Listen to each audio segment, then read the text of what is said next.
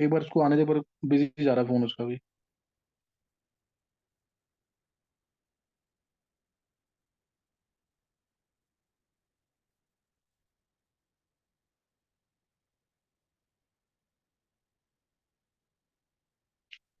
Hello. वेदांत आजा, पाँच link भेजना पड़ेगा तेरे को ना। मैं एक लिंक भेजता हूँ तेरे को, हाँ?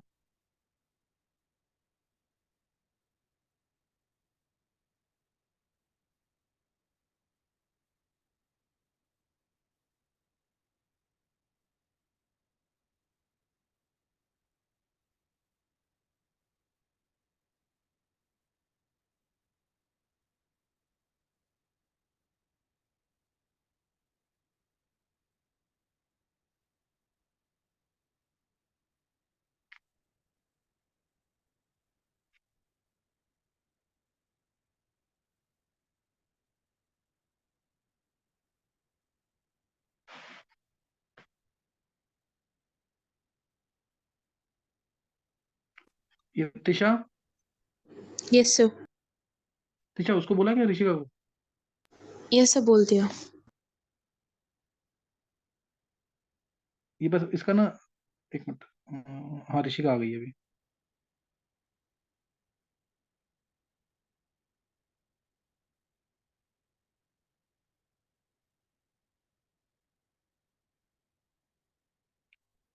वेदांत। हेलो। हाँ, यस। वेदांत, एक बार ये थोड़ा सा तेरे से 5-7 मिनट बच्चे पूछेंगे कुछ ना। बस 5-7 मिनट, ज्यादा देर बात नहीं करनी, क्योंकि इसका पेपर है कल, वेदांत का। तो ये तिशा। Yes sir. तिशा, कोई भी क्वेरी है ना, वो ओपनली अपना पूछ लेना, किस तरह से करना है। ये वेदांत। Yes sir. वेदांत, ये तिशा है, जैसे ये भी नीट के लिए प्रिपेयर कर रही है, मतलब पास आउट वाले में है। विधि भी कर रही है। विधि कर रही है, और कौन है? ऋषिका है, ये भी कर रही है प्रिपेयर। और कनिका यादव है। मतलब ये सही से प्रिपेयर कर रहे हैं, पूरा मन से कर रहे हैं, ढंग से। सही ना? तो एक बार इनको थोड़ा सा बता दे। और बाकी बच्चे भी ना, गर्व सिंगल तू जानते ही होगा, गर्व सिंगल करता था क्लास तेरे साथ। हाँ जी, हाँ जी, हाँ जी। हाँ, गर्व सिंगल भी है इसमें, गर्व मंगला नहीं आया। कृष्ण। ये बाकी बच्चे भी ना आईआईटी मेंस वाले हैं, 99% से ऊपर है कुछ, कई कई। तो ये भी कर रहे हैं, अच्छा। थोड़ा सा पूछेंगे तो बताइए। वेदांत भी मेडिकल से था, लेकिन इसका परसेंटाइल उसमें भी 99.7 के आसपास था मेंस में। Yes sir. चलो एक बार पूछ लेना बात। तिशा, पूछो जो पूछना है ना। Yes sir.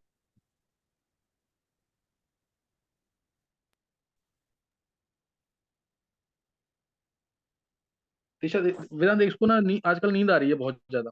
तिशा को ना, जैसे पढ़ते समय इसको, मतलब जैसे होता है 4-5 दिन से दिक्कत हो रही है अब इसको। अब जैसे मई में पेपर है, मई 6 को, 5 को, 7 को ना, ऐसे करके कुछ। तो इसको अभी थोड़ा सा मतलब कुछ ना कुछ ये इश्यूज आ रहे हैं इस टाइप। हाँ, मतलब नींद और फटीग के बहुत ज्यादा।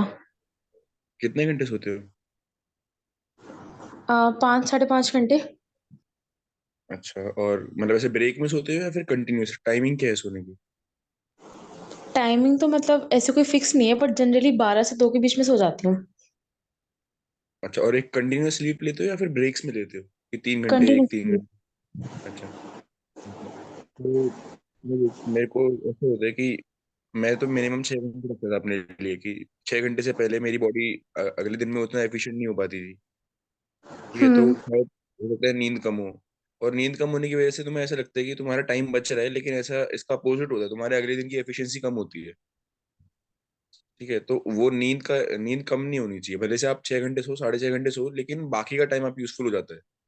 और एक और की टाइम सोने का ना फिक्स रखो, एक बॉडी की बायोलॉजिकल क्लॉक बनाओ। अभी हम्म। लास्ट 2 दिन ये बहुत क्रूशियल है।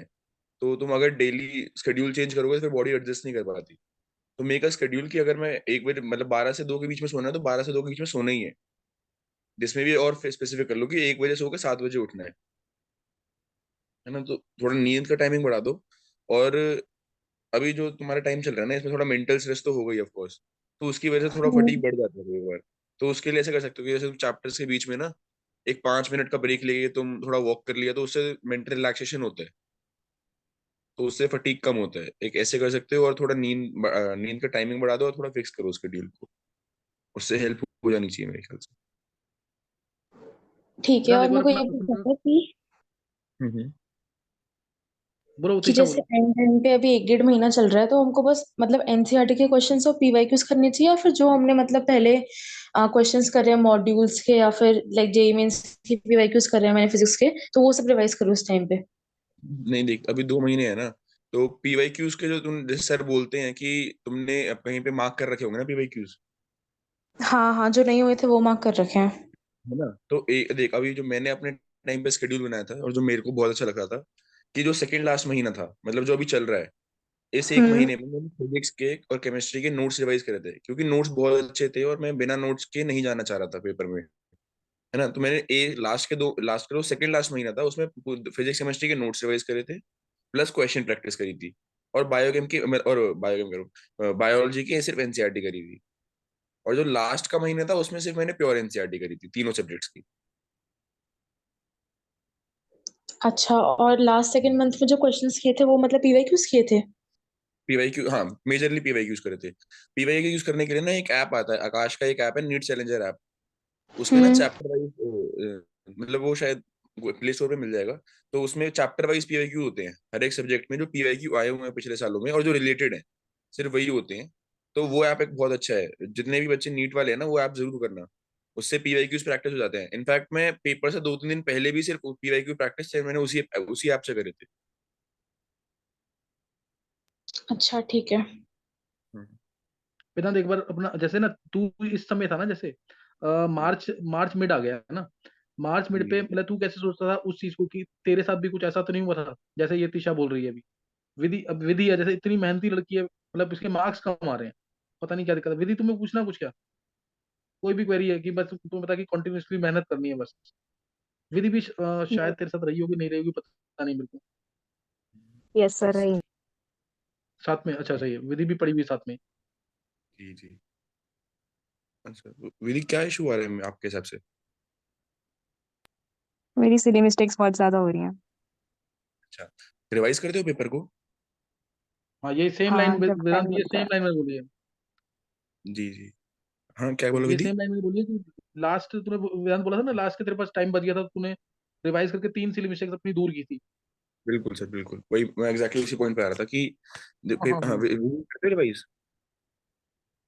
जब अगर टाइम बचता है तो कर लेती हूँ, वरना नहीं हो पाता। अच्छा, तो यूजुअली पेपर कितनी देर में हो जाता है तुम्हारा?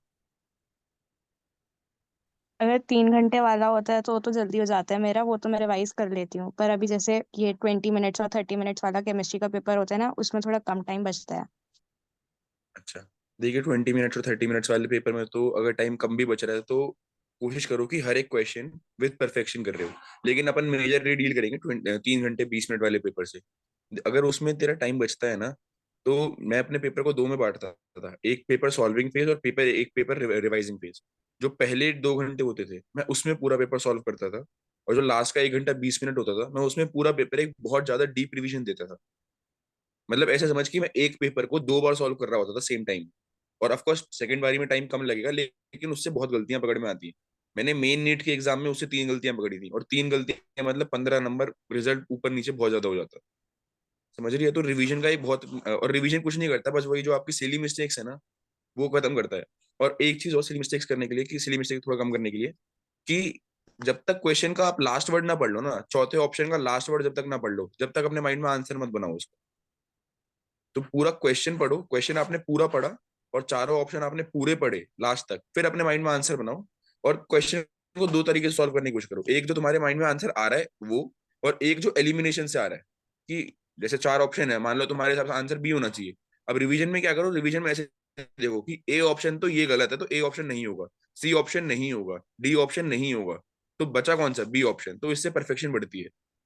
ये और मतलब इससे चारों शायद ऑप्शन, सिली मिस्टेक।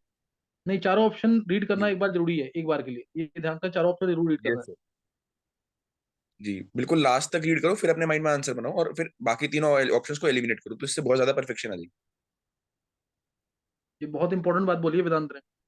गर्व तेरे लिए बहुत इंपॉर्टेंट है ये, जो तेरी सिली मिस्टेक्स हुई है ना इस बार मेंस में, बाकियों से भी हुई होंगी, एक अकेले तेरे से नहीं, बाकियों से, कृष्ण से भी हुई होगी हो सकता है। ये शिवम तेरे को समझ आ रही है बातें? Yes sir. हाँ, ये सारे वेदांत 99% वाले बच्चे हैं सारे। अब इनका अच्छा भी अच्छा। स्कोर और बढ़ाना है इनका। हाँ, ये एडवांस के लिए तैयारी करेंगे। और ये कौन है? जी। विधि है, कनिका भी है ना? कनिका है क्लास में? कनिका नहीं है। ऋषिका? Yes sir. ऋषिका तुम्हें पूछना कुछ क्या? Yes sir. भैया मेरे ना हाँ, मतलब इसको। मार्क्स बहुत कांस्टेंट है। मतलब ना हम्म, बायो केमिस्ट्री फिजिक्स में तीनों में ही मतलब बढ़ नहीं रहे, कोई इम्प्रूवमेंट नहीं है। हम्म। और वो चीज समझ और नहीं आ रही कि कैसे बढ़ेगी।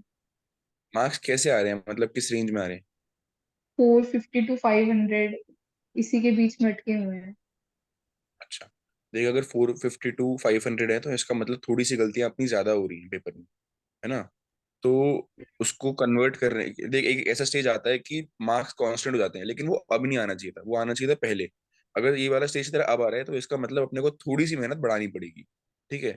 और अगर मार्क्स 450 to 500 है, इसका मतलब जो अपना 500 से लेके 720 वाला तक गैप है, ये वाली बहुत सा यहाँ पे जो मिस्टेक्स हो रही हैं अपनी, इस मिस्टेक्स को हमें करेक्ट करना पड़ेगा। कैसे करेंगे? पहले जो हर पेपर में गलतियां हो रही हैं उसका एक डीप एनालिसिस करो कि ये वाला क्वेश्चन मेरा गलत हुआ है तो गलत हुआ क्यों है। क्या पेपर के टाइम पे मैंने इस पे इतना कांस्टेंट, मेरे सिली मिस्टेक से गलत हुआ है, मेरा कॉन्सेप्ट वीक है? अब उसको फिर दो में डिवाइड करो। अगर कॉन्सेप्ट वीक है तो मैं कॉन्सेप्ट परफेक्ट कैसे करना है, और उसके बाद उसकी क्वेश्चन की प्रैक्टिस और कहाँ से करनी है। कॉन्सेप्ट परफेक्ट करने के लिए तुम नोट्स पढ़ो या फिर सर से पूछो, और क्वेश्चन प्रैक्टिस करने के लिए वही, या तो पीवाईक्यूज ट्राई करो या फिर सर से क्वेश्चन मांग लो। और उसके बाद अगर सिली मिस्टेक है तो वही जो मैंने अभी बताया कि सिली मिस्टेक कैसे इंप्रूव करनी है। और और क्या गलत, मतलब मेजरली तुम्हारी गलतियां कैसी होती हैं? मतलब कुछ क्वेश्चंस तो ज्यादातर ऐसे होते हैं कि मतलब जो मेरे को नहीं आते होते, जिनका कंसेप्ट नहीं पता होता। और बायो में ये रहता है कि मैं कोई सा भी एमसीक्यू सॉल्व करती हूँ तो हर क्वेश्चन में होता है कि कंफ्यूजन होती है कि जो मैं सोच रही हूँ वो सही सोच रही हूँ। और अगर जैसे बायो का पेपर मैं रिवाइज करती हूँ ना दोबारा एक बार होने के बाद, तो मैं और हम्म। ज्यादा गलतियां कर लेती हूँ। अच्छा, अच्छा, अच्छा। हाँ, देखिए ये भी ना एक चीज होती है कि पहला, अगर तो बायो में कॉन्फिडेंस नहीं है उसके लिए ऐसे है कि बायो की जो थ्योरी है ना, एक बार आपने किसी एक चैप्टर की थ्योरी पढ़ी, मान लो एनसीईआरटी का मैंने बायोटेक पढ़ा, तो बायोटेक के हम्म। ऊपर 50 से 100 क्वेश्चन लगा डालो तुरंत, मतलब चैप्टर पढ़ते ही आप क्वेश्चन लगा दो। उससे क्या होगा कि, और जब 100 क्वेश्चन में से आपके 80 85 या 90 तक क्वेश्चन सही होंगे ना, तो आपके अंदर एक कॉन्फिडेंस आएगा कि अब इस चैप्टर से पूछ लो मुझसे, मेरे को कोई दिक्कत नहीं है। एक ये करो। और दूसरा जो इसमें आप बोल रहे कॉन्सेप्ट्स वीक है, देख वो एक इशू है, कॉन्सेप्ट्स इस टाइम पे वीक नहीं होने चाहिए थे, अपन थोड़ा सा लेट चल रहे हैं। अब उसके लिए क्या करो कि उसके लिए नोट्स काम आएंगे।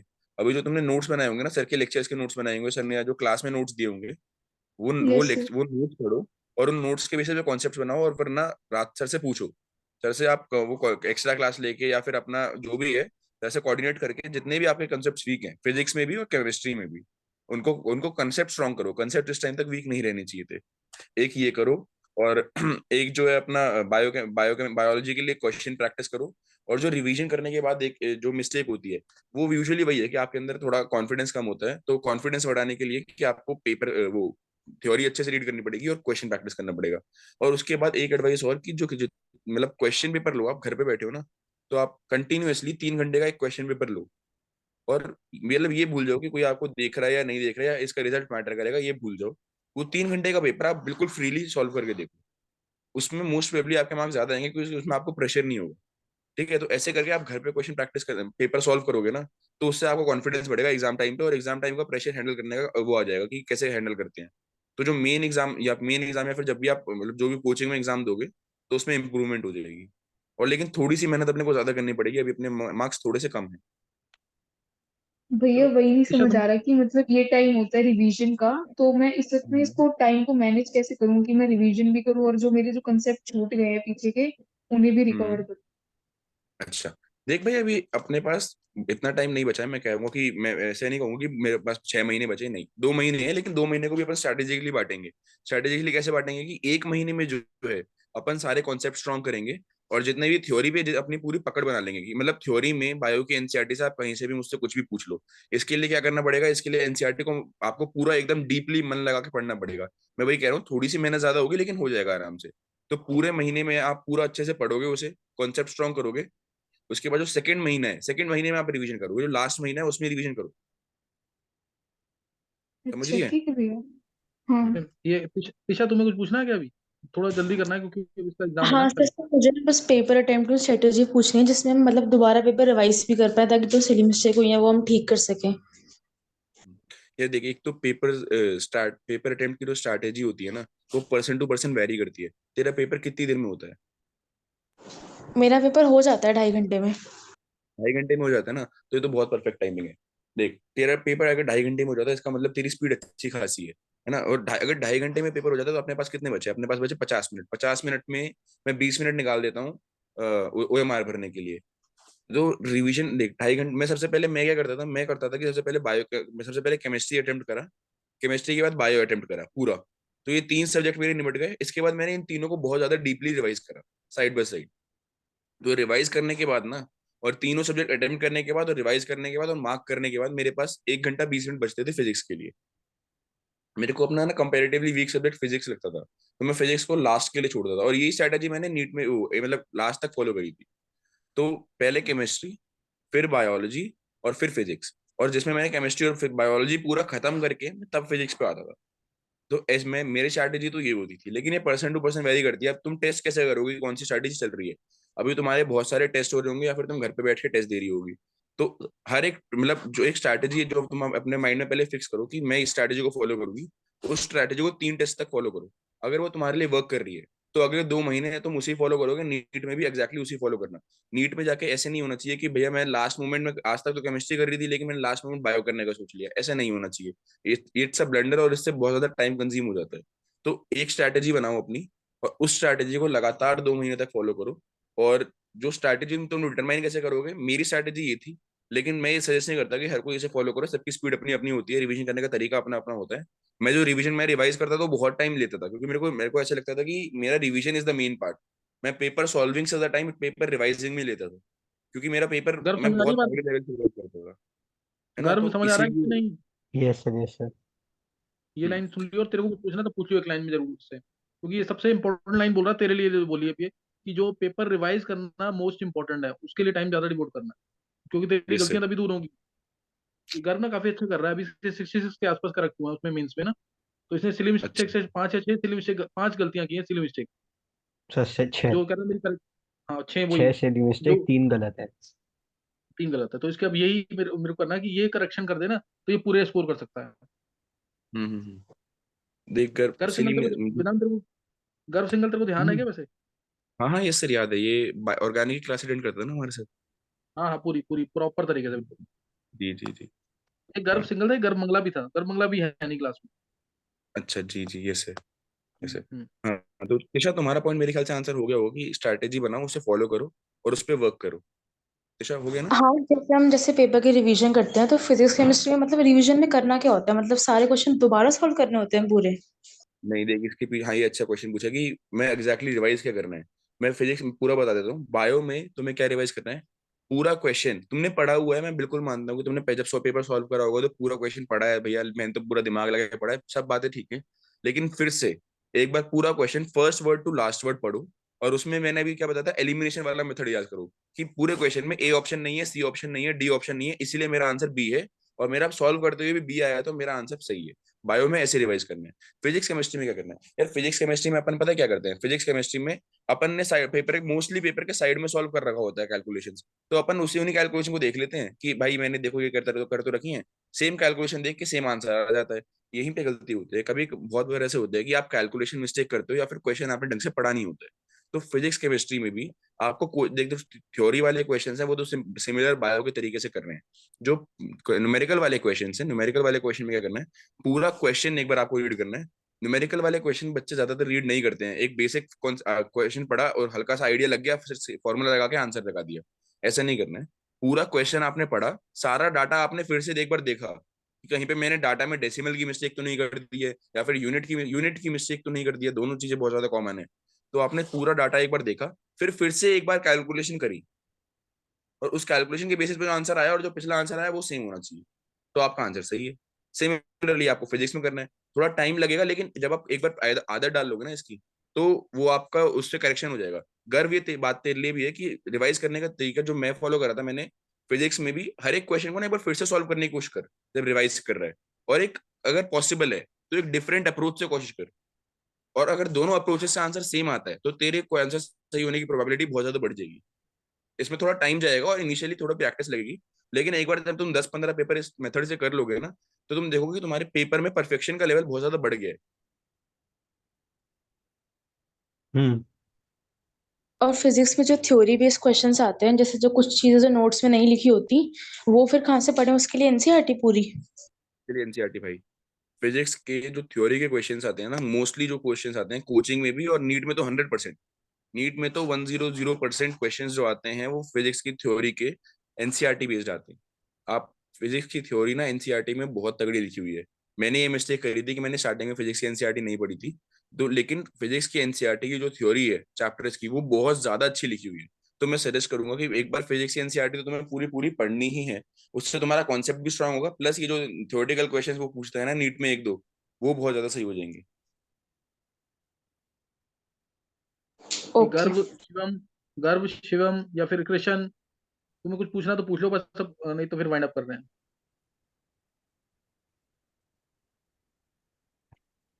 हिमांग है? हाँ हिमांग भी है। हिमांग तेरे को कुछ पूछना है क्या? क्रिश? चलो सही है फिर। विधि कुछ पूछना तो नहीं है?